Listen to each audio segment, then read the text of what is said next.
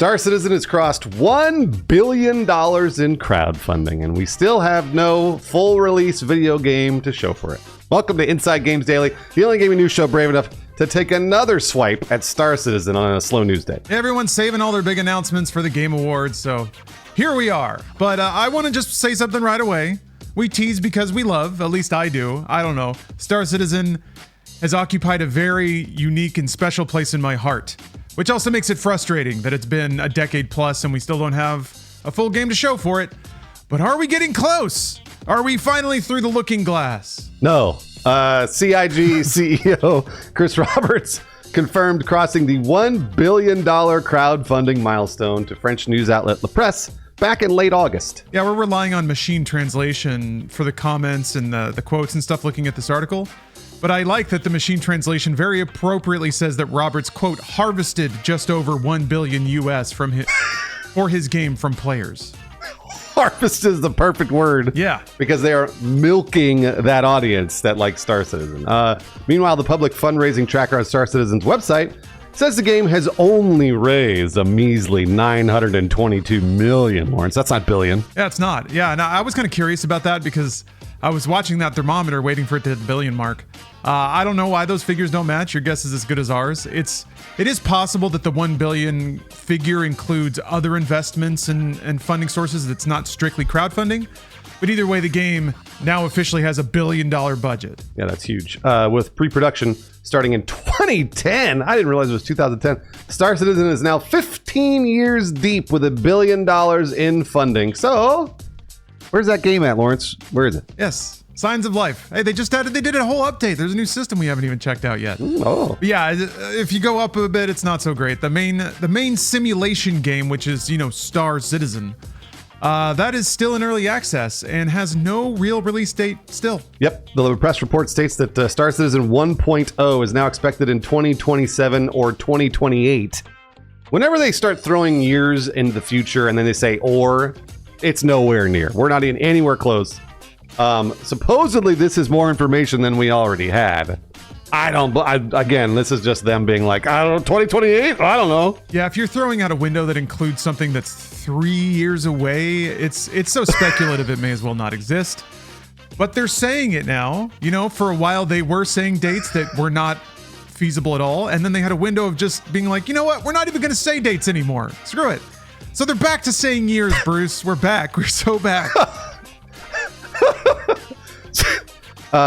Star Citizen's single-player campaign game Squadron 42 is another thing that they keep saying is coming out soon. They say it's slightly closer. They are targeting 2026, but then they could be in the shadow of Grand Theft Auto 6, so that could be rough. Yeah, they explicitly mentioned that. Of course, they are looking to dodge it, just like everyone else is. If Grand Theft Auto 6, though, lands in the back half of the year and they haven't launched yet, then they'll probably just wait till 2027. But I guess we'll see what happens because guess what? Every other big budget game is also going to try to avoid Grand Theft Auto 6, which means you're probably going to have like two halves of the year. One half is GTA 6 and the other half is everything else. So yeah, you're dodging GTA 6, but you're also colliding with everything else that's dodging GTA 6. Yeah, Chris Roberts actually compared the two games, Star Citizen and GTA 6 in the interview, guessing that Squadron 42 probably had the highest game budget ever, second only to GTA 6. Yeah, I guess the consensus on the internet is that GTA 6's budget is somewhere between $1 billion and $2 billion. So yeah, I guess that would be about right. I don't know. When it gets over $1 billion, it's just silly money anyway. Roberts also said that he hopes that the eventual release of Squadron 42, which he describes as Top Gun meets Star Wars, that's cool. He hopes that Squadron 42 will be, quote, an almost as important event as the launch of GTA 6. For some, it may be. I mean, it would be a hallmark moment for me, up there with like Beyond Good and Evil 2 or Half-Life 3.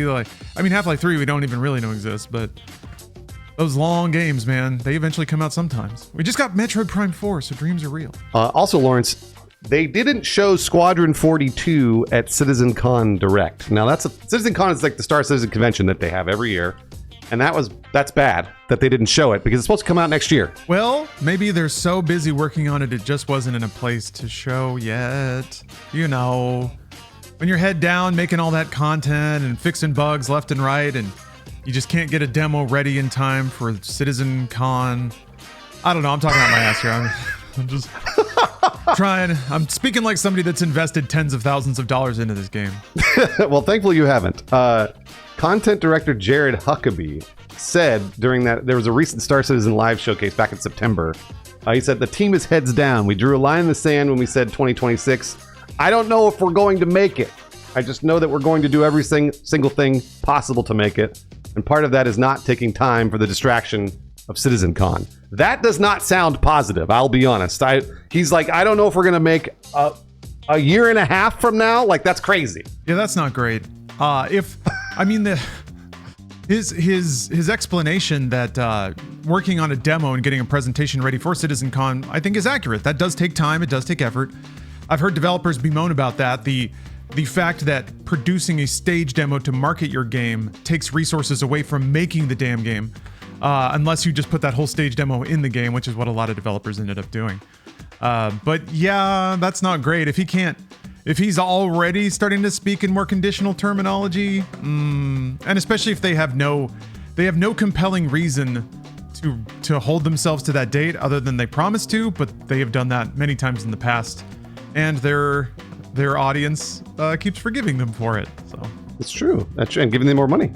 So while it's unlikely that Squadron 42 will cause the cultural ripples that GTA 6 will next year, La Presse reports that the game still has a large player base. Yeah, this was kind of interesting. They reported that Star Citizen attracts 1 million active monthly players and has had at least 25 million players total that have tried out the air quotes game at some point. So they have a lot of people that have at least gotten into it, made accounts. So that's a lot of people they can sell Squadron 42 to. That's really true. And it's cool. Grand Theft Auto 5 has sold 220 million units. It's the second best-selling game of all time behind Minecraft. I don't necessarily know if Star Citizen and GTA are in the same conversation. No, they're not. God bless you, Chris Roberts, but no. Yeah, I mean, the total number of players Star Citizen has ever had is a little bit higher than a tenth of the sales volume of Grand Theft Auto 5.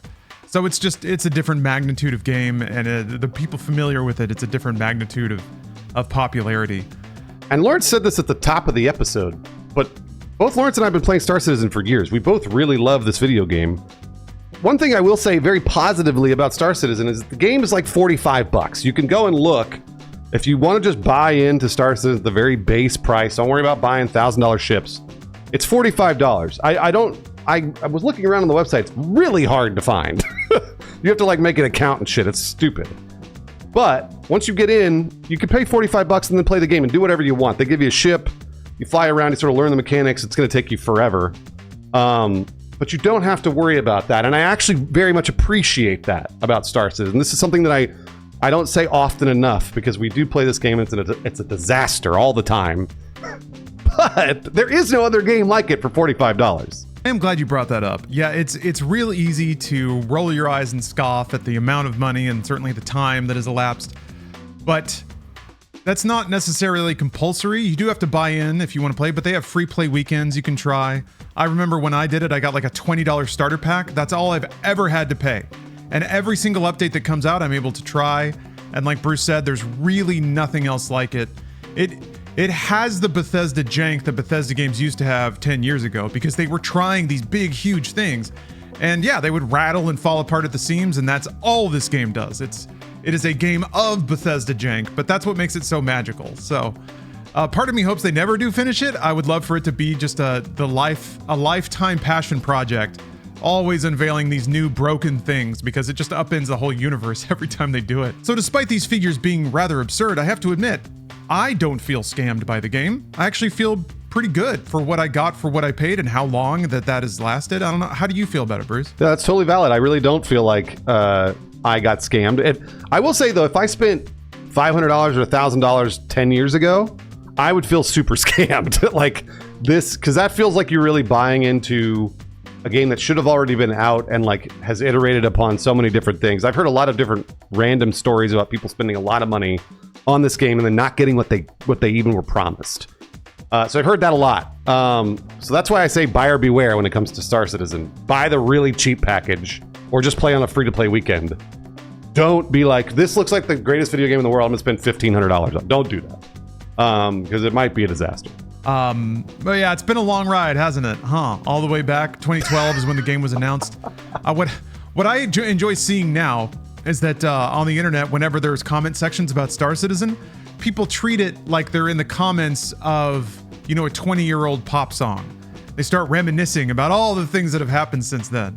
So let's do it ourselves. I don't know. It was fun reading people's life stories in a bulleted list of like, here's all the things that have happened to me since Star Citizen was announced. For me, basically, my entire career in games media has happened within the span of Star Citizen's development.